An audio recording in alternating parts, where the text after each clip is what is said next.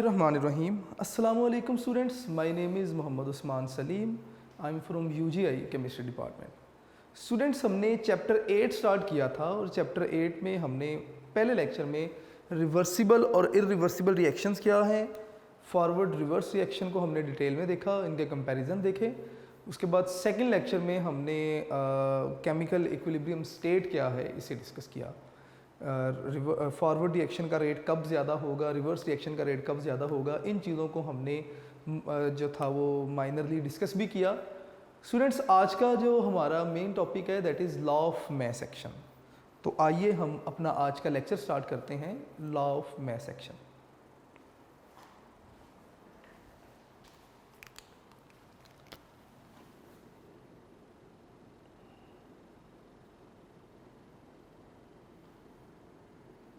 Law of mass action.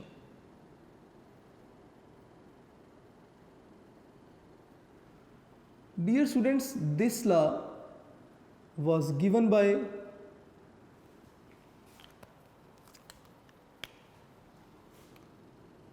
Paul Vege and Goldberg.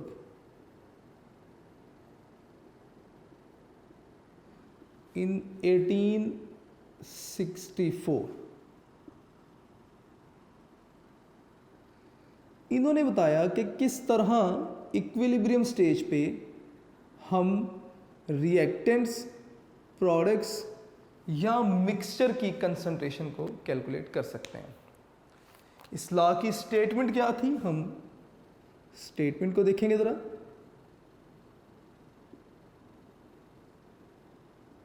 According to law of mass action, the rate at which a chemical reaction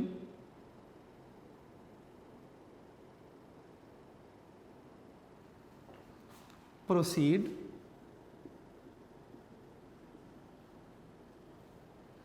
is directly proportional to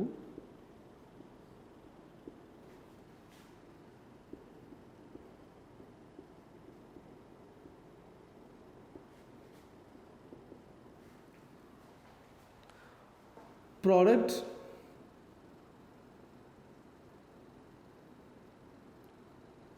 of concentration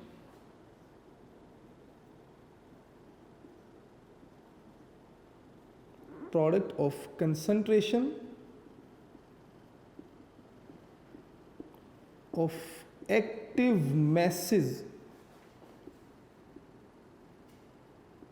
of reactants.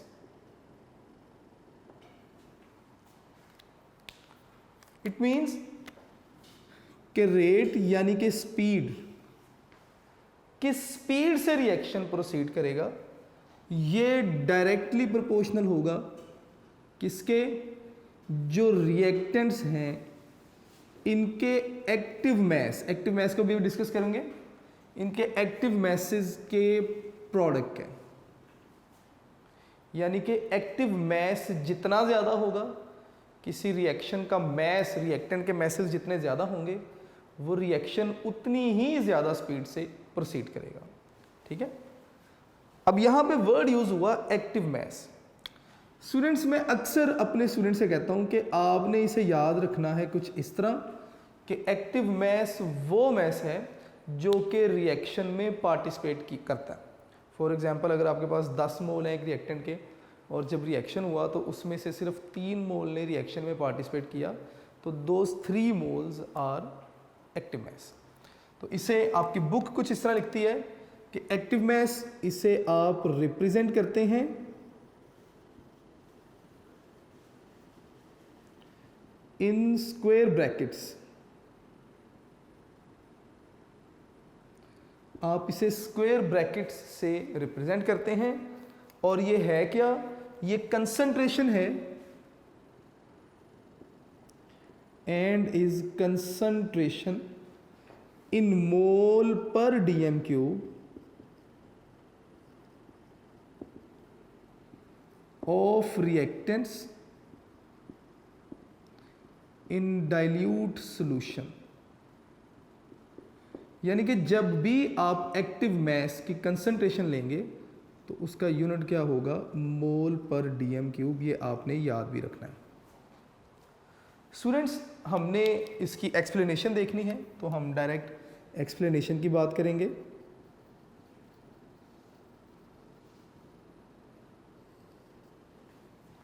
Let's suppose कि हमारे पास कोई reactant है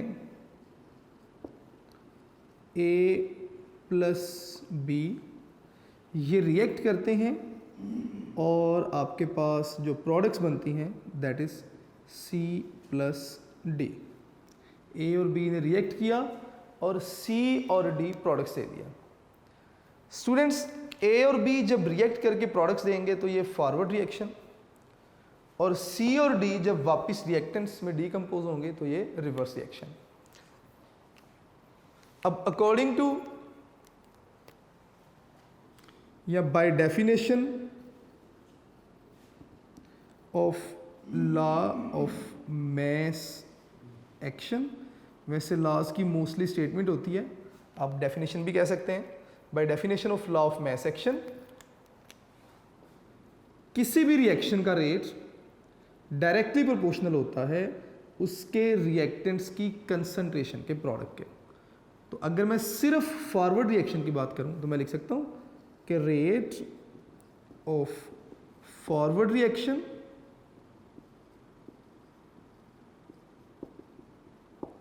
directly proportional होगा किसके, forward reaction ये वाला reaction है और रिएक्टेंट्स इस केस में ये हैं, तो इनकी कंसंट्रेशन के डायरेक्टली प्रोपोर्शनल होगा। मैं लिख दूंगा जी ए और साथ में मैंने क्या लिख दिया, बी लिख दिया। दोबारा देख लें, उसने कहा था जी कि रेट डायरेक्टली प्रोपोर्शनल होगा। मैंने कहा जी rate of forward reaction directly proportional है product of concentration of reactant, तो मैंने रिएक्टेंट्स की प्रोडक्ट्स के कंसंट्रेशन के डायरेक्टली प्रोपोर्शनल कर दिया। या इसे आप इस तरह भी लिख सकते हैं कि आर एफ, इसका मतलब ये जो रेट है आप इसे आर एफ लिख सकते हैं कि ये फॉरवर्ड रेट रिएक्शन का रेट है। ठीक है, ये डायरेक्टली प्रोपोर्शनल हो जाएगा जी किसके, concentration of A into concentration of B. अब स्टूडेंट्स, जब भी हम कोई काम करते हैं तो रिलेशन नहीं इक्वेशन की फॉर्म में करते हैं, तो इट मीन्स कि इस रिलेशन को भी हमें इक्वेशन में कन्वर्ट करना है। तो इक्वेशन में कन्वर्ट करने के लिए मैंने लेफ्ट साइड को वैसे लिख दिया, रेट ऑफ फॉरवर्ड रिएक्शन। इस प्रोपोर्शनैलिटी के साइन की जगह पे मैंने कांस्टेंट इक्वालिटी का साइन लिखा और राइट साइड को मल्टीप्लाई कर दिया कांस्टेंट से, और यहाँ पे कांस्टेंट कौन होगा, के एफ, यानी कि कांस्टेंट ऑफ फॉरवर्ड रिएक्शन, और सारे को आपने मल्टीप्लाई कर दिया किससे जी, कंसंट्रेशन के प्रोडक्ट के साथ। इसे आप नाम दे देंगे जी इक्वेशन नंबर 1 का, और आपने यहाँ पे बता देना है क्या कि के एफ यहाँ पे क्या है, के एफ इज़ कांस्टेंट, कि ये कांस्टेंट है, and call constant of forward reaction, कि जनाब ये फॉरवर्ड रिएक्शन का कांस्टेंट है। मैंने इसे हाईलाइट कर दिया ताकि आपको याद रहे कि इसके बारे में भी आपने बताना है। के एफ क्या है, फॉरवर्ड रिएक्शन का कांस्टेंट है। अब फॉरवर्ड रिएक्शन के लिए बात कर ली, अब हम बात करेंगे रिवर्स रिएक्शन के लिए। तो सिमिलर जो है वो मैथमेटिक्स होंगी यहाँ पे भी, कि बाय डेफिनेशन के rate of reaction directly proportional होता है कंसंट्रेशन ऑफ रिएक्टेंट्स के। अगर मैं रिवर्स रिएक्शन की बात करूँ तो रिएक्टेंट्स ये हो जाएंगे, प्रोडक्ट्स ये हैं। तो रिवर्स रिएक्शन कितनी स्पीड से जो है वो प्रोसीड करेगा, ये सी और डी की कंसंट्रेशन के डायरेक्टली प्रोपोर्शनल होगा। तो मैं दोबारा यहाँ पे हम लिखेंगे जी सिमिलरली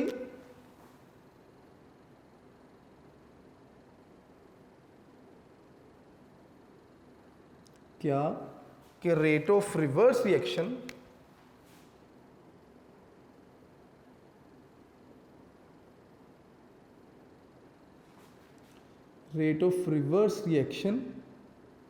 ये डायरेक्टली प्रोपोर्शनल होगा concentration of C into concentration of D के।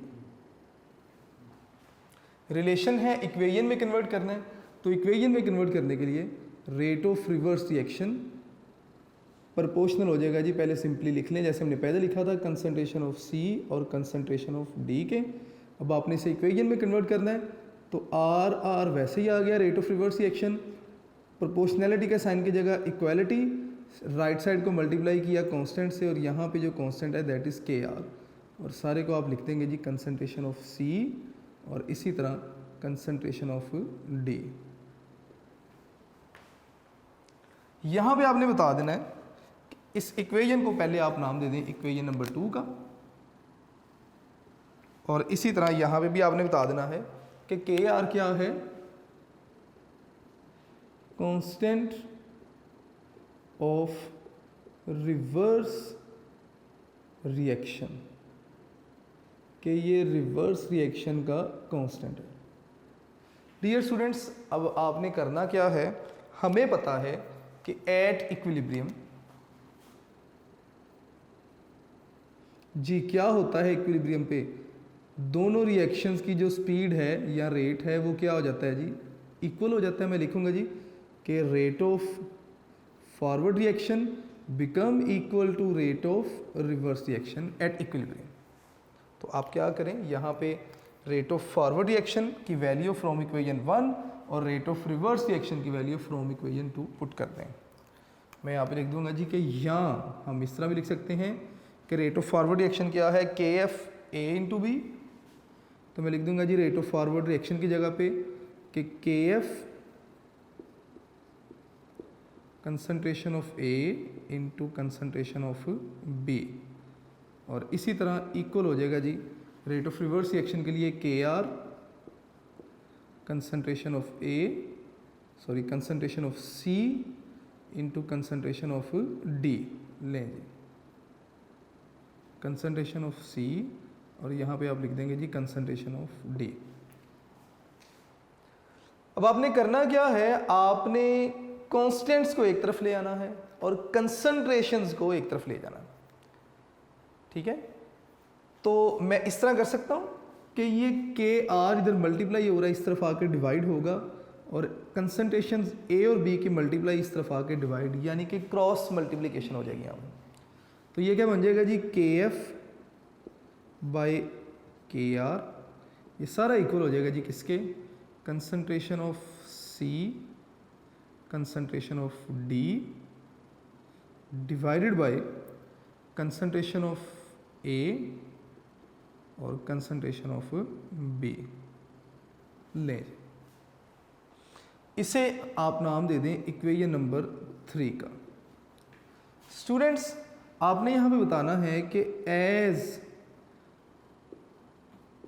के एफ बाय के आर इक्वल होता है इक्विलिब्रियम कांस्टेंट के, जिसे आप के सी कहते हैं। ठीक है, विच इज कॉल्ड इक्विलिब्रियम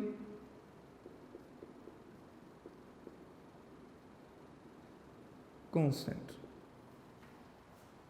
तो इसका मतलब अगर आप इक्विलिब्रियम कांस्टेंट की ये वैल्यू इक्वेशन 3 में पुट करते हैं, तो मैं यहाँ पे लिखूंगा पुटिंग के सी इक्वल टू के एफ बाय के आर इन इक्वेशन 3। अगर हम इसे इक्वेशन 3 में पुट कर देंगे तो इक्वेशन 3 हमारे पास क्या बन जाएगी, के सी आपके पास इक्वल हो जाएगा concentration of C concentration of D divided by concentration of A by concentration of B. ये स्टूडेंट्स हमारी रिक्वायर्ड मैथमेटिकल इंप्रेशन थे जिन्हें हमने प्रूफ करना था। केसी को हम इक्विलिब्रियम कांस्टेंट भी कहते हैं। तो यहाँ से जो हमें समझ आ रही है वो क्या समझ आ रही है, हम केसी को 2-3 नाम यहाँ से दे सकते हैं कि केसी किस किस के इक्वल है। सबसे पहले तो वो कहते हैं जी कि केसी इक्वल है किसके, ratio of reverse reaction to the ratio of forward reaction. ठीक है, ये रेशो है या पहले नंबर पे आप इसे लिख लें, ये रेशो है किस चीज़ की, प्रोडक्ट्स बाय रिएक्टेंट्स की, ratio of products and reactants. पहले नंबर पे तो हमने इससे रेशो कह दिया प्रोडक्ट्स और रिएक्शन के। दूसरे नंबर पे आप बता दें कि केसी जो है ये स्टूडेंट्स आपके पास इक्वल है प्रोडक्ट ऑफ, यहाँ पे इसे लिखेंगे जी कि ये रेशो है किसकी, rate of reverse reaction to the rate of forward reaction. मैं इसे लिख दूंगा कि रेशो है ये rate of reverse reaction to rate of forward reaction. या तीसरे नंबर पे अभी आपने प्रूव कर ही दिया कि केसी किसके इक्वल है, केसी इक्वल है आपके पास के एफ ओवर के आर के एफ बाई के आर के। ये तीन चीज़ें भी आपने साथ याद रखनी है। अब स्टूडेंट्स ये तो हमने law of mass action prove कर दिया for a general reaction that is A plus B, products आपके पास जो बन रहे थे सी प्लस डी के। अब अगर आप इस रिएक्शन को देखें तो इसमें जो नंबर ऑफ मोल थे वो सबके 1 थे। तो इसका मतलब ये तो हमने केसी के इंप्रेशन बना लिए ऐसे रिएक्शन के लिए जहाँ पे नंबर ऑफ मोल क्या होंगे, 1 होंगे। अगर number of mole other than 1 है यानी कि 2, 3, 4, 5, 6 कुछ भी, तो उस केस में केसी के इंप्रेशन क्या होंगे हम ज़रा देख लेते हैं। लेट हमारे पास एक और रिएक्शन है that is A plus B और ये कन्वर्ट हो रहे हैं किसमें, सी प्लस डी में।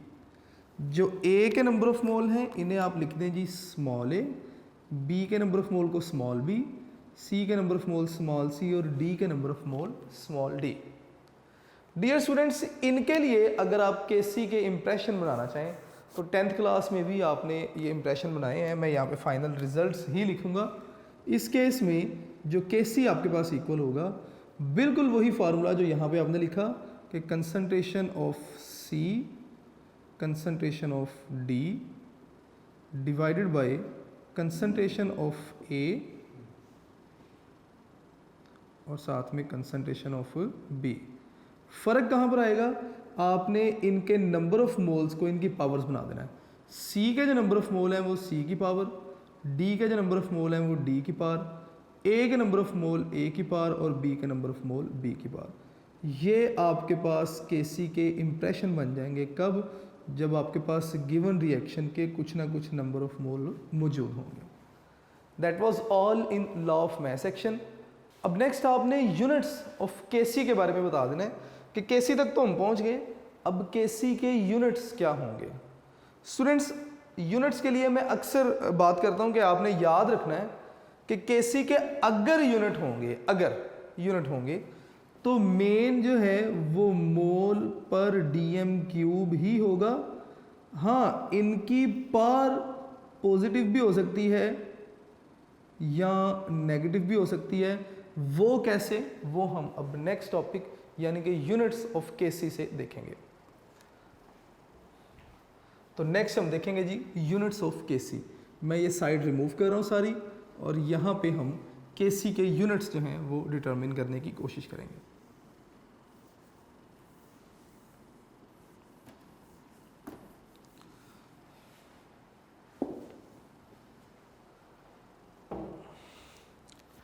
डियर स्टूडेंट्स, नेक्स्ट हमारे पास है जी यूनिट ऑफ केसी। 3 केसेस हो सकते हैं, या तो केसी का कोई यूनिट नहीं होगा या यूनिट पॉजिटिव में होंगे या नेगेटिव में। वो कैसे हैं वो सारे देख लेते हैं जी हम। तो सबसे पहला केस है जी हमारे पास जब केसी का कोई यूनिट नहीं होगा। मैं यहाँ पे लिख देता हूँ कि if number of mole of reactant equal हो जाएंगे number of mole of product के। अगर number of mole of reactant और number of mole of product equal हो जाएंगे then no unit of KC. पहली बात तो ये है कि अगर number of mole of reactant और प्रोडक्ट इक्वल होंगे तो Kc का कोई यूनिट नहीं होगा। कैसे, ज़रा इसको देख भी लेते हैं, एग्जाम्पल इसकी देख लेते हैं। हमारे पास है जी H2 प्लस I2, हाइड्रोजन के वेपर्स, सॉरी हाइड्रोजन गैस और आयोडीन के वेपर्स, ये दोनों जब मिलते हैं तो ये क्या बना देते हैं 2HI। रिएक्शन होगा यार 425 डिग्री सेंटीग्रेड। डियर स्टूडेंट्स, जब ये दोनों मिलते हैं तो 2HI बना दिया।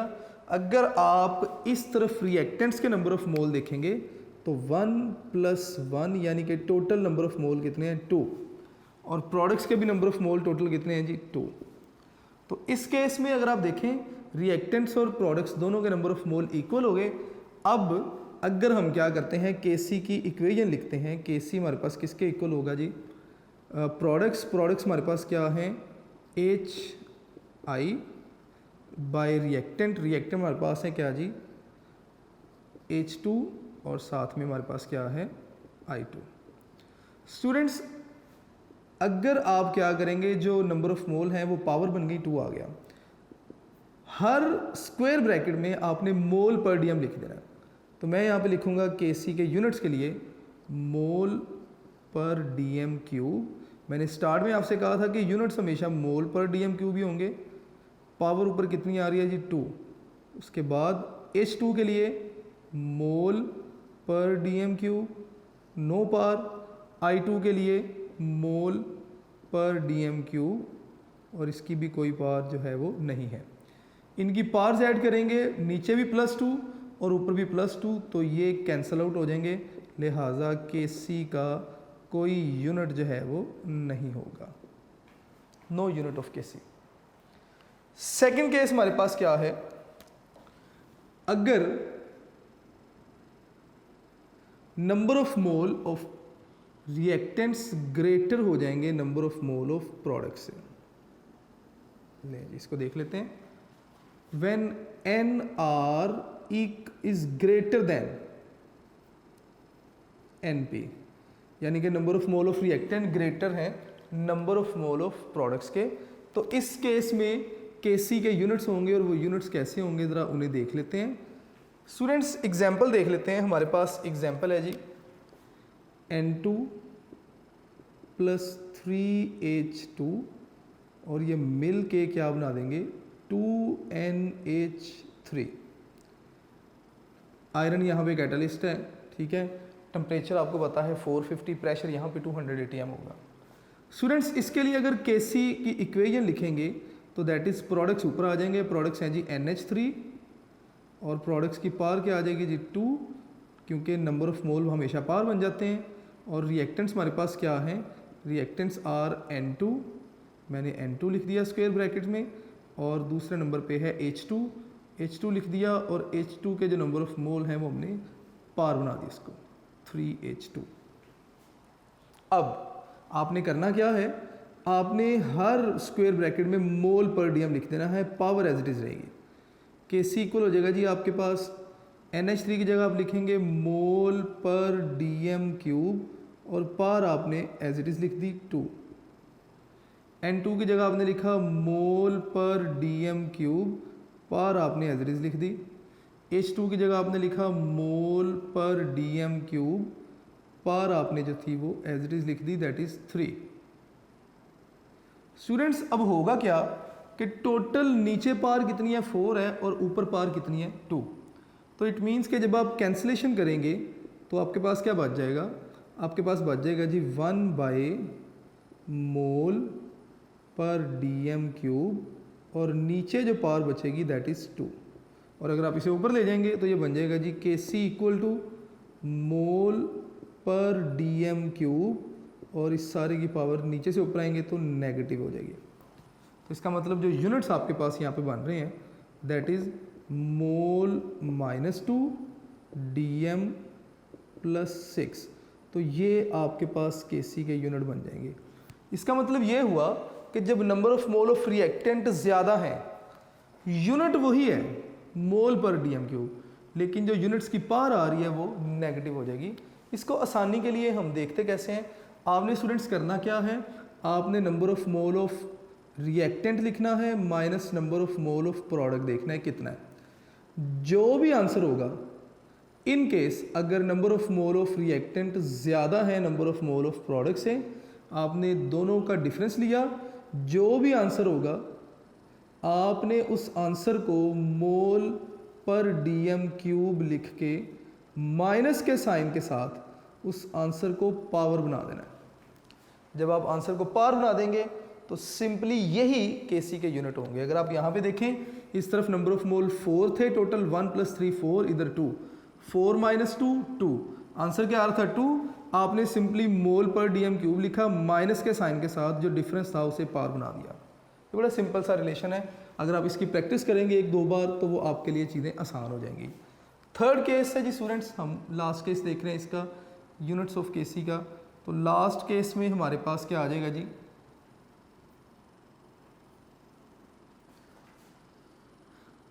when number of mole of reactants are smaller than number of mole of products। मैं यहाँ पे लिख दूंगा कि number of mole of reactants are smaller than number of mole of products। Students ये एग्जाम्पल आप देख लें, इसको किस तरह हम लिखेंगे। लेट्स सपोज हमारे पास PCl5 है, फास्फोरस पेंटाक्लोराइड, ये डीकम्पोज हुआ और इसने क्या बना दिया, PCl3 + Cl2। अब अगर आप देखें तो number of mole of reactant 1, number of mole of products 1 + 1 2। तो केसी की अगर आप इक्वेशन बनाएंगे इसके लिए तो दैट इज, ऊपर आप लिखेंगे जी concentration of products which is PCl3 × PCl2, और इसी तरह नंबर ऑफ मोल ऑफ या concentration of reactants that is PCl5। अब आपने करना क्या है, आपने स्क्वायर ब्रैकेट्स में मोल लिख देने हैं। तो आप लिखेंगे जी मोल पर डीएम क्यूब, और इसी तरह दूसरी तरफ भी मोल पर डीएम क्यूब। नीचे आप क्या लिखेंगे, इसमें भी मोल पर डीएम क्यूब। किसी के ऊपर हमने पावर नहीं लिखी क्योंकि किसी के ऊपर भी पावर नहीं थी। अब सिंपली आप इसे सिंप्लीफाई कर लें, ये कैंसिल आउट, तो केसी आपके पास किसके इक्वल आ गया, मोल पर डीएम क्यूब। ये डियर स्टूडेंट्स आपके पास केसी के यूनिट आ गए। यानी कि हमने सीखा ये कि अगर number of mole of reactant और प्रोडक्ट इक्वल होंगे तो कोई यूनिट नहीं, अगर ग्रेटर होंगे, डिफरेंस होगा इनमें तो यूनिट होंगे। अगर number of mole of reactant ज़्यादा हैं तो तब यूनिट्स कैसे आप देखेंगे, अगर number of mole of reactant कम है तो तब कैसे देखेंगे। यहाँ पे भी आप देख लें, अगर number of mole of reactant ज़्यादा हैं तो आप number of mole of product और number of mole of reactant, आपने इनका डिफरेंस लिया, आपके पास एक आंसर आ गया। आपने सिंपली मोल पर डीएम क्यूब लिख के जो आंसर आया उसको पावर बना देंगे। इस केस में भी आपने वही काम किया था लेकिन पावर माइनस के साइन के साथ लिखी थी। इस केस में भी वही काम किया लेकिन पावर जो है वो प्लस साइन के साथ लिखी हुई है। स्टूडेंट्स, ये हमारा आज का टॉपिक था जिसमें हमने लॉ ऑफ मैथ सेक्शन देखा, हमने यूनिट्स देखे जो थे वो केसी के यूनिट्स क्या हैं। आपने अपने लेक्चर नोट्स ज़रूर बनाने हैं, आपने यूनिक नोट्स ज़रूर देखने हैं, important MCQs, short question, long question, कब कब किस किस साल में रिपीट हुए, सारी इन्फॉर्मेशन आपके यूनिक नोट्स में गिवन है। इंशाल्लाह नेक्स्ट लेक्चर में हम नेक्स्ट टॉपिक डिस्कस करेंगे। अपना ढेर सारा ख्याल रखिएगा। अस्सलाम वालेकुम।